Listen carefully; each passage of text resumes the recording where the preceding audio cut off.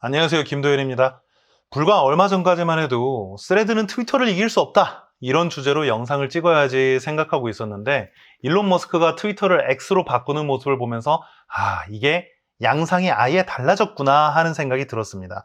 이 두 사람이 왜 이렇게 서로 감정 싸움이라도 하는 것처럼 긴장 관계를 연출하는지가 대충 보이겠는 거예요. 우선 일론 머스크가 트위터의 흔적을 지우고 X로 바꿔버린 것은 엄청난 폭력이라는 점은 분명히 해야겠습니다.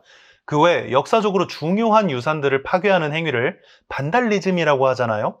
일론 머스크의 이런 행위는 분명히 디지털 반달리즘입니다. 트위터는 그냥 하나의 앱 서비스에 불과한 게 아니라 십수년을 이어져 온 SNS의 상징이고 역사잖아요. 돈이 많으니까 그걸 사서 흔적을 지워버려도 된다? 이 사람 부자 중에서도 꽤 멋있는 사람이라고 생각했는데 실망 많이 했습니다. 처음 트위터를 인수할 때도 이 사람이 이런 미친 짓을 할 거라는 걸 짐작이라도 했었다면 절대 안 넘겼을 텐데 참 안타깝습니다. 트위터는 헤아릴 수 없이 많은 사람들의 스토리가 담긴 공론의 장이었기에 돈으로 지분을 인수한다고 해서 주인 행세를 할 수 있는 성질의 것이 아니었습니다. 경영권이나 수익성 같은 거는 돈으로 살 수 있었겠지요. 그렇지만 그 돈으로 그 수많은 사람들의 의견과 스토리마저 구매했다는 착각은 어디에서 비롯된 건지 궁금합니다. 괜히 사회 관계망이라고 부르겠습니까? 이걸 인수할 때는 여기에 대한 책임감을 함께 가졌어야 했습니다. 그게 도리였죠. 제가 스레드가 트위터한테 안 된다고 생각했던 이유도 사실은 이 부분이었습니다. 스레드는 기능적으로는 트위터와 비슷하거나 그 이상일 수 있었겠지만 트위터의 역사성과 그 정체성 자체를 대체할 수는 없다는 태생적인 한계가 있었거든요. 트위터 같은 서비스를 쓸 거였으면 트위터를 쓰지 왜 굳이 처음 보는 서비스를 배워가면서 쓰겠어요? 워낙 점유율이 높은 인스타그램과 직접적으로 연동되기 구조를 짰기 때문에 그 인구가 바로 반영이 돼서 그렇지 스레드 그 자체만으로는 트위터를 절대 잡을 수가 없었습니다. 트위터였을 때 말이죠. X 말고요. 어쨌든 이제 트위터는 스레드를 1대1로 비교하는 거는 그래서 의미가 없게 됐는데요. 트위터를 X로 바꾼 사건이 발생한 이후로 새로운 국면이 감지가 됩니다.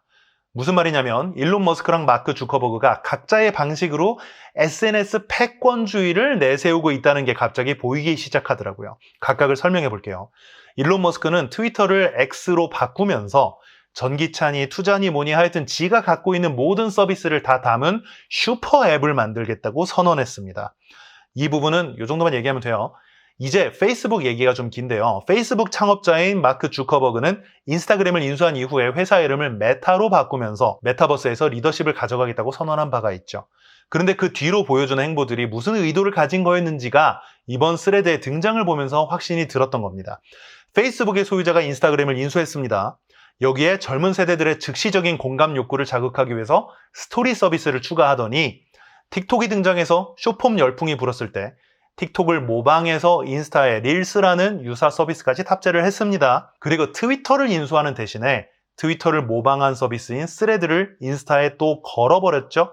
메타 입장에서는 별로 어렵진 않았을 거예요. 인스타그램이 갖추고 있는 그 멀티미디어로서의 인프라를 감안하면 짧은 글 위주로 올리는 서비스 하나는 그냥 플러그인 하나 만든다고 생각하고 론칭하면 됐을 거예요. 이렇게 그들은 하나하나 섭렵하고 있습니다. 그러면서 메타버스 시대를 대비하는 거죠. 모든 소통이 가상 공간에서 SNS 기반으로 이루어질 거라고 보고 그 모든 수단을 다 섭렵하고 있는 걸로 저는 보입니다. 그러니까 일론 머스크는 하나의 앱에 모든 서비스를 때려 넣는 방식으로, 주커버그는 모든 서비스를 다 가져버리는 방식으로 SNS에서 리더십을 가져가려고 하는 겁니다. SNS 패권주의죠. 패권주의. 그래서 방식은 차이가 있지만 둘 다 패권주의를 추구한다는 공통점이 있어서 경쟁하는 이웃 같은 관계가 만들어지는 것 같습니다. 이종격투기로 서로 붙는다고요? 서로 신경전 벌이다가 현피를 뜬다고요? 그 엄청난 규모의 사업들을 운영하고 있는 대단한 기업가들이 진짜로 그렇게 충동적인 이유로 막 싸우고 그러겠습니까? 상식적으로. 트위터에 강아지 이모티콘 하나 올리고 말고 때문에 코인 가격이 출렁여가지고 사람들이 줄줄이 죽어나가는 수준의 영향력을 가진 사람들이 그렇게 경거망동을 한다고요? 저는 그럴 일은 없다고 봅니다. 여기서 저는 삼성과 애플의 특허 전쟁이 떠올랐어요. 이 두 회사 간의 특허 분쟁은 양상이 너무나 다양해서 누가 이겼다 졌다고 하기가 애매할 만큼 긴 싸움이었고 또 지금까지도 일부 이어지고 있죠. 그런데 그 승패보다 중요했던 건 그러한 싸움 때문에 삼성은 애플의 대항마로 떠오를 수가 있게 되었다는 겁니다. 애플 하면 삼성이 같이 검색되는 시기가 분명히 있었고요. 그 홍보 효과가 어마어마했을 겁니다. 세상에 제일 재미있는 구경이 싸움 구경이라고들 하죠. 사람들은 싸움을 좋아합니다. 그래서 라이벌 구도에 처해 있는 이들한테 관심을 더 주는 경향이 있고 영향력이 있는 사람들은 그거를 마케팅적으로 많이들 이용을 합니다. 메이웨더와 파퀴아오가 맞붙었을 때 그 어마어마한 홍보 효과를 생각해 보십시오. 누가 이겼는지는 사람들이 기억도 잘 못합니다. 관심도 없어요.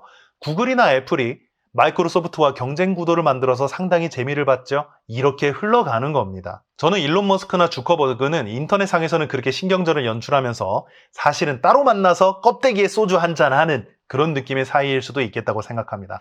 너는 플랫폼을 섭렵해. 나는 슈퍼 앱을 만들게. 나중에 세상을 나눠 먹자.